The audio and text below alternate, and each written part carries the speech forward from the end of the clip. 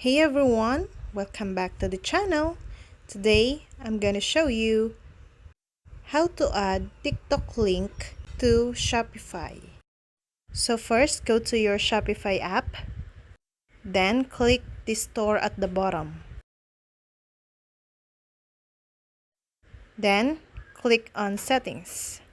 Scroll down and click domains. Now at the bottom, copy this link. After that, go to your TikTok app. At the bottom, click on Profile. Then, click Edit Profile. Under Edit Profile, you will see here Website.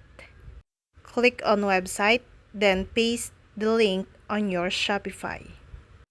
And if you go to your TikTok profile, you will see here the clickable link of your Shopify.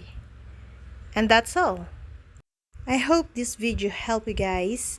For more videos, subscribe to our YouTube channel. Thank you for watching. See you again.